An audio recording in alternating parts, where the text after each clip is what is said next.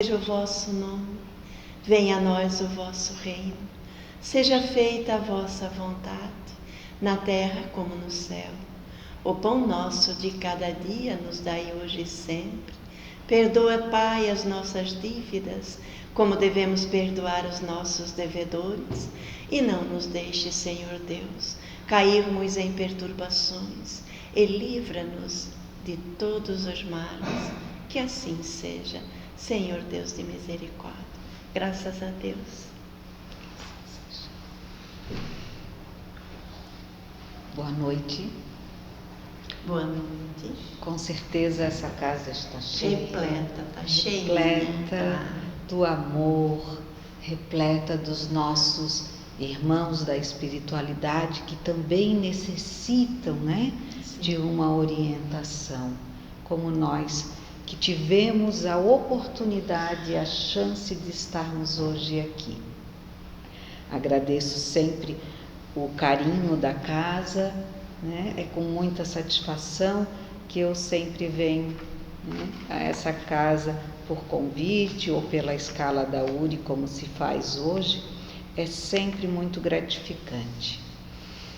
O tema de hoje se trata de família espiritual e família corporal. Eu costumo perguntar, quando os nossos filhos, né, estão pequenos, o que nós pensamos para a vida deles, para auxiliar o desenvolvimento deles?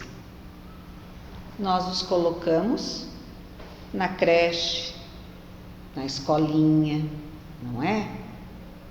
Claro que sim, muitos porque também necessitam, né? Os pais precisam trabalhar fora, não tem com quem deixar. Mas, independente disso, o que também nos leva a colocar os nossos filhos, às vezes tão novinhos, na escolinha? O que será? Não será para que eles aprendam a conviver? Para que eles conheçam novas pessoas? Né? Para que eles, como costumamos dizer, socializem-se, né? Saiam daquele seio familiar e comecem a conhecer outras vertentes, né, da vida, do nosso cotidiano? Pois bem, tudo que se faz importante para o desenvolvimento dos nossos filhos na escola, por exemplo, como um aprendizado intelectual, como um aprendizado moral, como a convivência com aqueles, né, seres aparentemente estranhos, mas irmãos espirituais, né, que nós sabemos que somos todos. E essa convivência, o que faz com nossos filhos? Os fortalece. Na escolinha, eles vão encontrar opiniões diferentes, vão encontrar um responsável, que será a autoridade, né, da escolinha, vão encontrar aqueles mais velhos, os mais moços, aqueles com um tipo de vida diferenciada daquela que eles têm em seu lar. Pessoas de vários tipos, vários pensamentos. E a gente acha isso positivo, não é? E necessário. Para quê? Para que eles se desenvolvam. Pois isso que nós fizemos com os nossos filhos, meus irmãos, é exatamente o que o nosso Pai faz conosco. Ele nos envia para a escola chamada vida, na turma chamada família. Nós temos dois tipos de família. a família corporal, família física, e a família espiritual. A família corporal, ela tem um tempo, o tempo da nossa vivência no plano físico. Agora, a família espiritual, essa nos acompanha sempre. No capítulo 14 do Evangelho, nós temos no item 8 a seguinte colocação: os laços do sangue não criam forçosamente os liames entre os espíritos. O corpo procede do corpo, mas o espírito não procede do espírito, porquanto o espírito já existia antes da formação do corpo. Não é o Pai quem cria o espírito do seu filho. Ele mais não faz do que lhe oferecer o invólucro corpóreo, cumprindo-lhe, no entanto, auxiliar o desenvolvimento intelectual e moral do filho para fazê-lo progredir. Quando nós encarnamos num seio familiar, essa família se equipara àquela primeira escolinha da qual nós iremos participar. Ali nós faremos grandes amigos. Ali nós encontraremos antagonistas aos nossos pensamentos, às nossos desejos.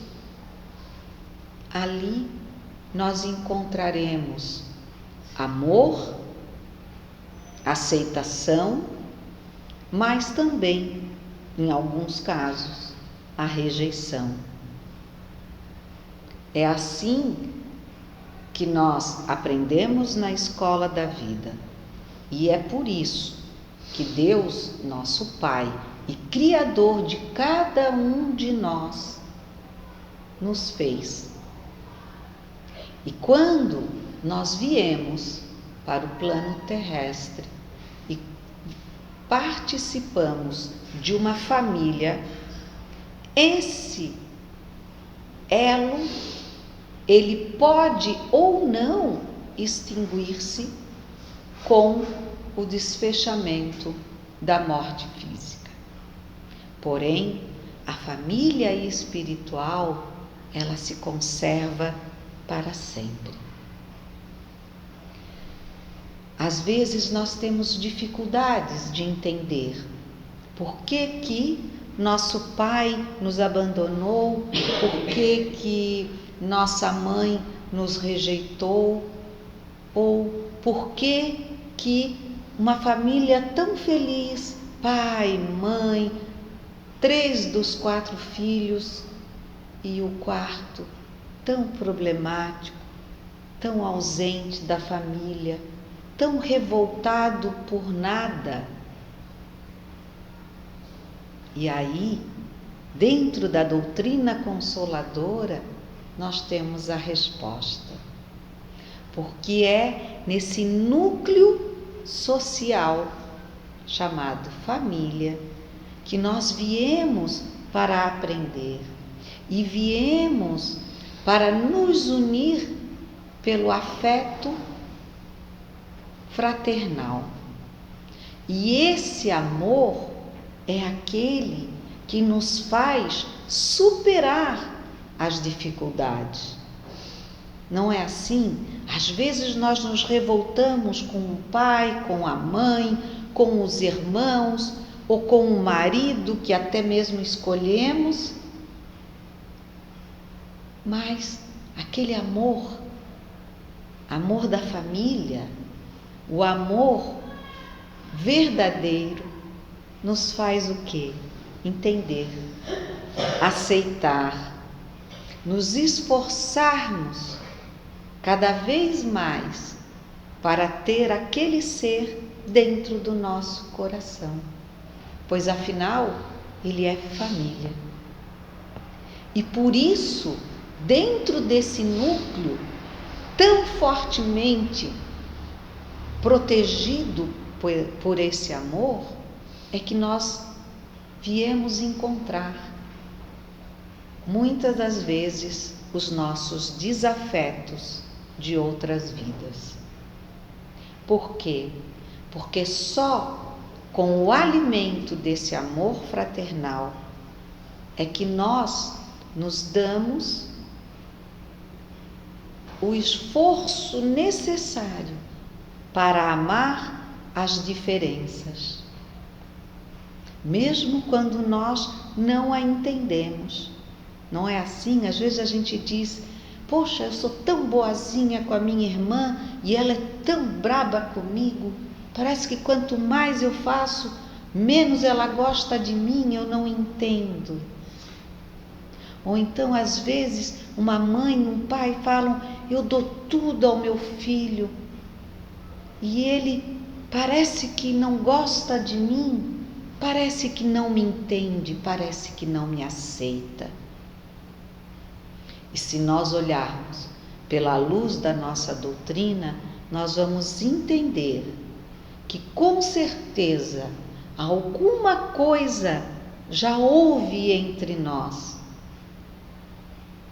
E nós temos que, mais ainda, nos esforçarmos para que esse amor familiar se torne maior do que a sensação da indiferença, da dificuldade de nos relacionarmos com esse ente tão querido e tão amado.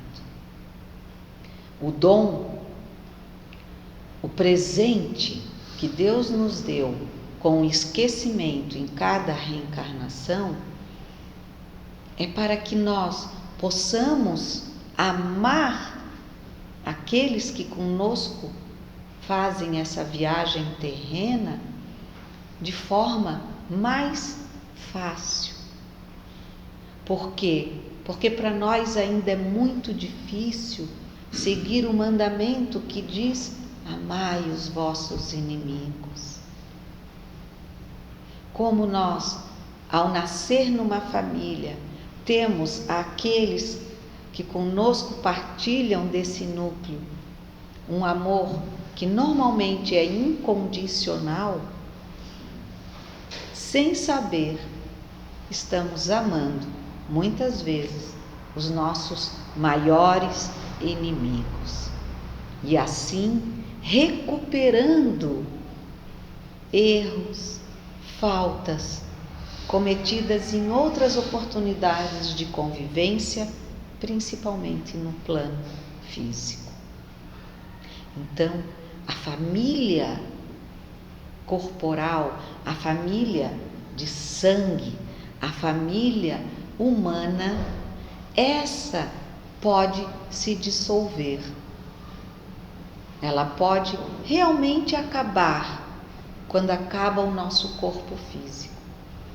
Mas nós estaremos sempre em contato com esses espíritos que conosco partilharam dessa família física, pela aproximação, pelo carinho, pela simpatia que desenvolvemos entre cada um de nós. E quanto mais essa simpatia, esse amor incondicional, amor que não julga, mas entende, abraça, aceita a diferença, esse amor faz com que nós tenhamos a nossa família do plano espiritual sempre mais forte, mais unida. E quanto mais nós aumentamos esse amor, diminuindo os nossos rancores, as nossas dívidas para com os nossos irmãos de caminhada, mais estaremos fortalecendo e recebendo na família corporal aqueles que já pertencem ao nosso núcleo de família espiritual. Às vezes, nós no plano terrestre nos preocupamos muito com esse afastamento pela morte do nosso corpo. Há muitos que pensam, né? Minha mãezinha morreu, nunca mais vou vê-la, né? A gente ainda usa o termo perdi meu filho, nunca mais vou tê-lo de volta em meus braços. Perdi o papai, faleceu, que saudade. Porque nós achamos que as coisas realmente acabam no plano físico. Mas quando nós entendemos a nossa continuidade, nós vemos que ninguém se perde. O encontro existe e existirá sempre daqueles que são afins. No plano espiritual, a família é eterna. Mas não a família de sangue, a família espiritual, a família que nós somos, irmãos de todos aqueles que são como nós, filhos de Deus.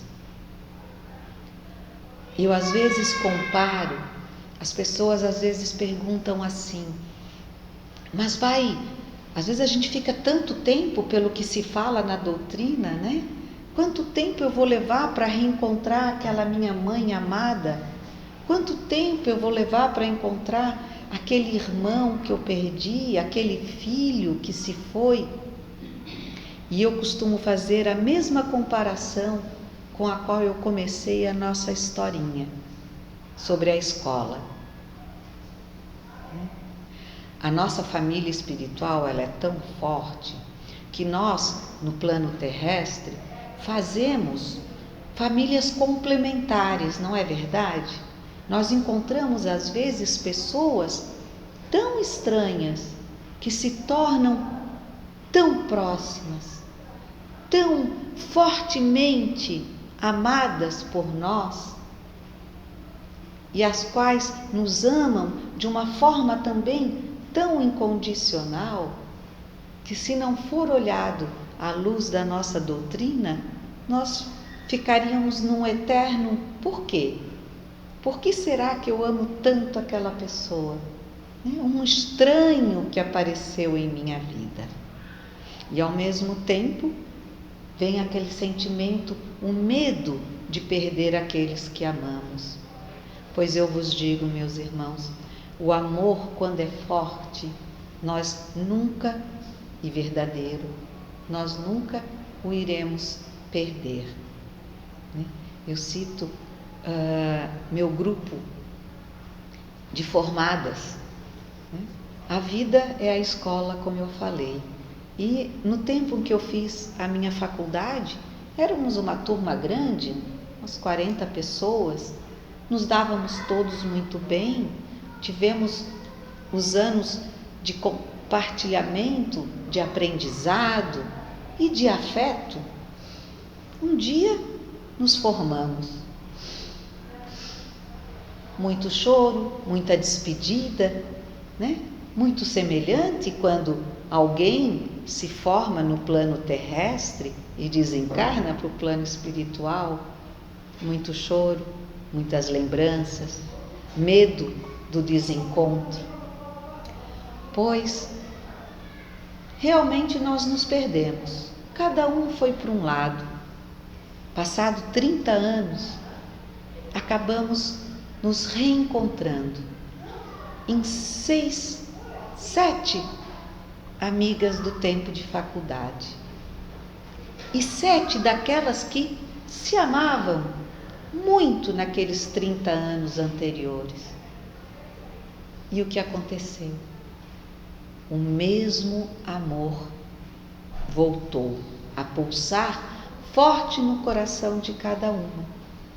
E hoje, mesmo estando cada uma na sua cidade, nós fizemos questão de nos comunicarmos, de manter esse laço, esse afeto.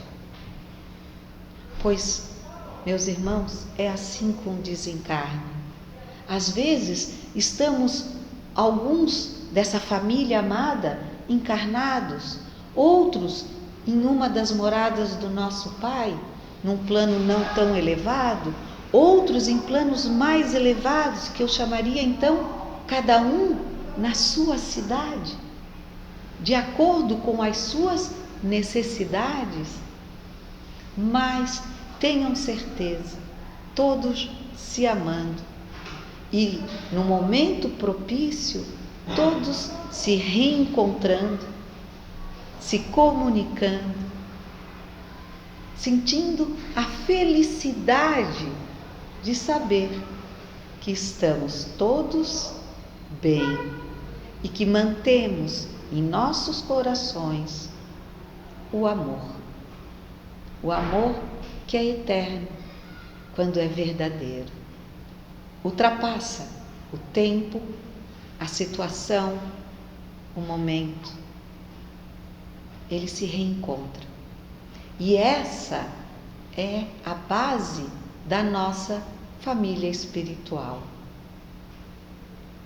É um amor incondicional que pode passar o tempo, podem manter as diferenças, manter os hábitos, mas ele se mantém forte, aceitando, entendendo, abraçando, se disponibilizando para com o próximo.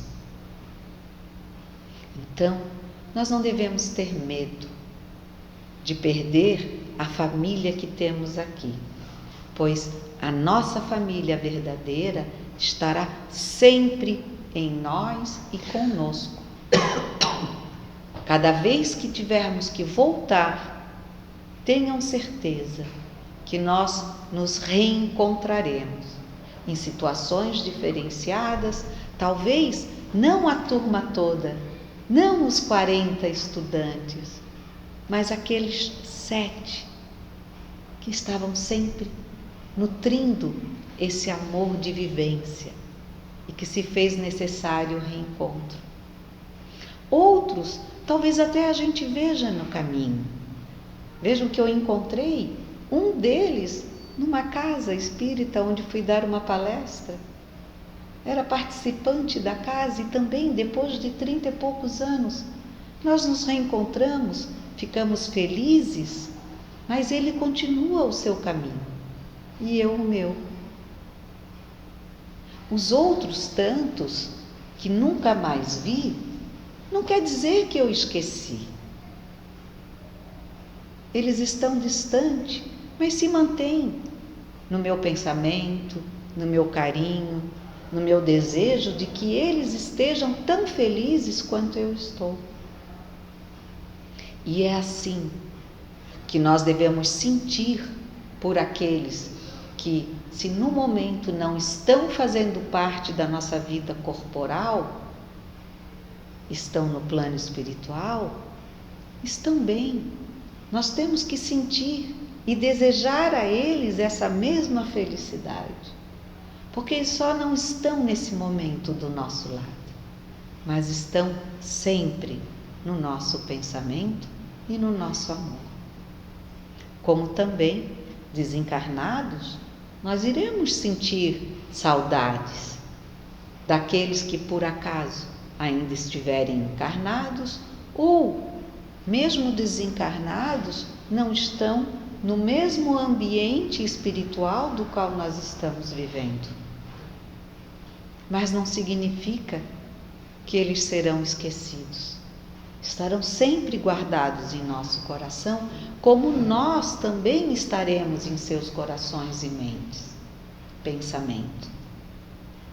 Então, é essa certeza da continuidade, desse laço que jamais irá se perder, o laço do verdadeiro amor. Então, quando nós temos a nossa família, que é o nosso aprendizado, nossa família consanguínea ou não, nossa família de núcleo familiar social, ou nossa família de casa espírita, nossa família de núcleo de trabalho, nossa família de núcleos de educação, de evangelização e por aí afora. Tantas famílias que nós construímos durante a nossa vida encarnada. Nós precisamos perceber que todas elas são instrumentos de sociabilização, de convivência, de aprendizado, de tolerância, de aceitação, de transformação, porque é no convívio que nós aprendemos a também nos transformar com os exemplos que recebemos. E somos instrumentos de transformação daqueles que conosco vivem. A família no plano terrestre tem como autoridade o pai e a mãe. Mas o Evangelho nos lembra, os pais na vida encarnada, eles não são os nossos donos. Eles estão na condição de nossos pais, porque receberam a responsabilidade de nos orientar, de nos melhorar, de aprimorar o nosso desenvolvimento com o amor. E é através desse ensinamento e dessa grande responsabilidade que os pais recebem, que nós, os filhos, voam no momento exato para construir seus novos núcleos familiares. Então, mesmo sendo finita, a família corporal, família consanguínea, ela é de suma importância para o nosso desenvolvimento, para o nosso crescimento real de espíritos que somos num plano ainda de aprendizado, de escola, para que um dia, quem sabe, formados, possamos fazer parte da grande família da espiritualidade maior.